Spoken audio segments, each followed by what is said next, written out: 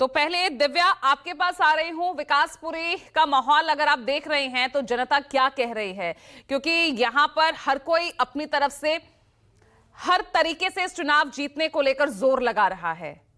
As किसे मिलता दिख रहा है? दिल्ली की जनता किसकी रेवड़ियों से यहां पर उसके हक में, उसके समर्थन में जाती नजर आ रही है? दिव्या,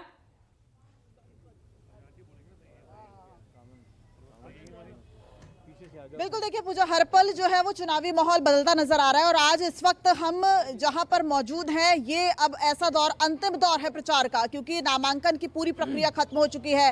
कांग्रेस की गारंटियां सामने आ चुकी हैं। अरविंद केजरीवाल कई घोषणाएं कर चुके हैं, अपना जो भी आने वाला जो उनका आगे क्या कर सकते हैं रोड मैप वो बता चुके हैं। वही बीजेपी अपने 2 संकल्प पत्र जारी कर चुके हैं, जिसमें मिडिल क्लास महिलाओं, बुजुर्गों और झुग्गी झोपड़ियों को एक बड़ा ऐलान कर चुके हैं। कांग्रेस कितनी मजबूत है, इसको लेकर मेरे साथ इस वक्त बहुत सारे लोग मौजूद हैं। इससे पहले हमने देखा कि राहुल गांधी की सीलमपुर में रैली हुई और आज इंदरलोक में राहुल गांधी की एक बड़ी रैली है। मेरे साथ कई बुजुर्ग हैं, महिलाएं हैं, युवा भी हैं। सबसे एक एक करके मैं सवाल पूछूंगी, इस वक्त आपके मुद्दे क्या है?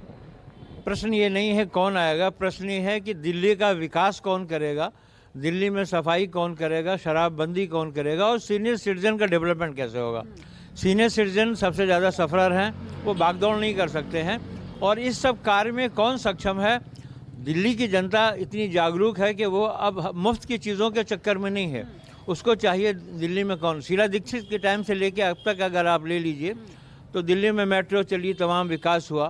ठीक है, शीला दीक्षित का जिक्र करते नजर आ रहे हैं, यानी कि शीला दीक्षित की सरकार में जो काम हुए उनको आप आज भी याद कर रहे हैं? वो सराहनीय है, काम जरूर सराहनीय है, पर कांग्रेस आज की डेट में आउटडेटेड हो गई है।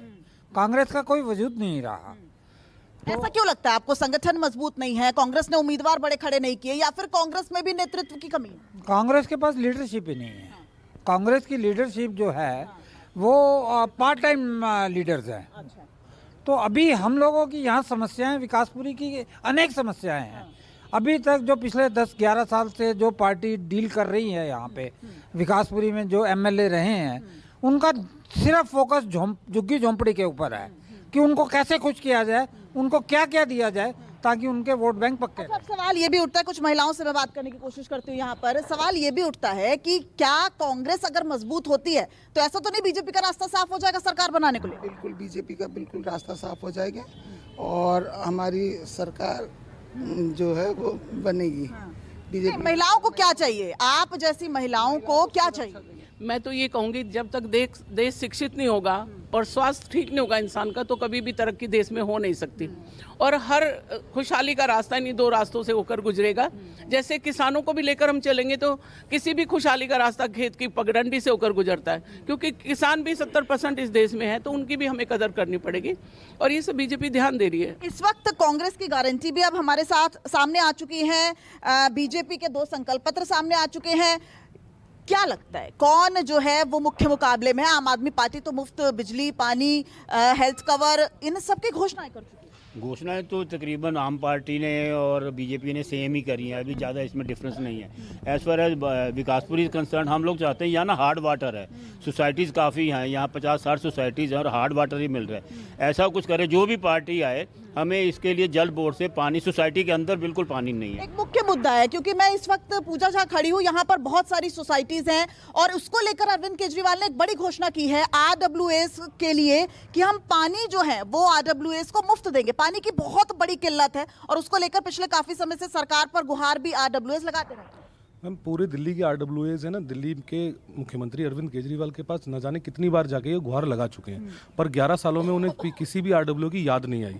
और एक भी सोसाइटी अगर वो पूरे अपने मैनिफेस्टो या पूरे उसमें एक बार भी बता दे कि मैंने किसी एक सोसाइटी को मीठा पानी, पीने का पानी प्रोवाइड कराया हो, वो एक सोसाइटी तक भी प्रोवाइड करा ही नहीं पाया। क्योंकि उनकी जितनी भी योजनाएं हैं ना, मुझे कहना नहीं चाहिए, पर वो एक ऐसे तबके के लिए जो आजकल वो तबका भी फायदा नहीं उठा पा रहा है। आप देखोगे हमारे यहाँ 3 नंबर 5 नंबर कैंप है, कैंपों के भी लोगों के 5-5 हज़ार रुपए बिल बिजली। आप क्या चाहते हैं? चूँकि मैं एक सोसाइटी में रहता हूँ, सोसाइटी के हित सबसे सर्वोपरि है हमारे लिए।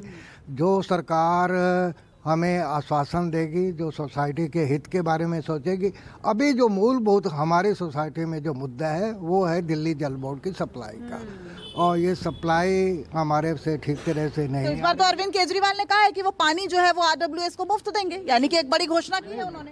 नहीं मैडम, वो बहकावा है। उन्होंने बोला अगर 200 लीटर फ्री है तो उसके बाद 210 आएगा तो 400 कर देते हैं। बीजेपी कह रही है कि 300 लीटर फ्री है और उसके बाद 310 आएगा तो सिर्फ 10 लीटर का पे करना है। आप थोड़ा आगे आइए, मैं चाहती हूँ कि आप भी बोले। देखिए, आप जो हैं वो दिन भर काम करती हैं, आप जैसी महिला को क्या चाहिए? कौन सी पार्टी आपको लगता है कि आप लोगों के लिए काम करे?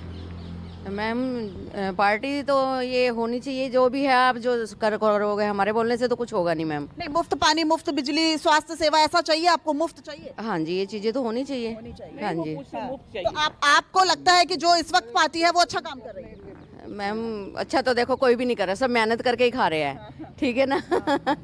अच्छा तो यही है कि जो आप समझे, हमें तो देखो इतना बोलना नहीं ठीक आता। है, तो रेवड़ियां लुभा जरूर रही है, लेकिन जो मूलभूत समस्याएं हैं उनका भी निदान करने के लिए उम्मीद लगाए दिल्ली की जनता यहाँ पर बैठी नजर आ रही है। ठीक है दिव्या, बने रहिएगा।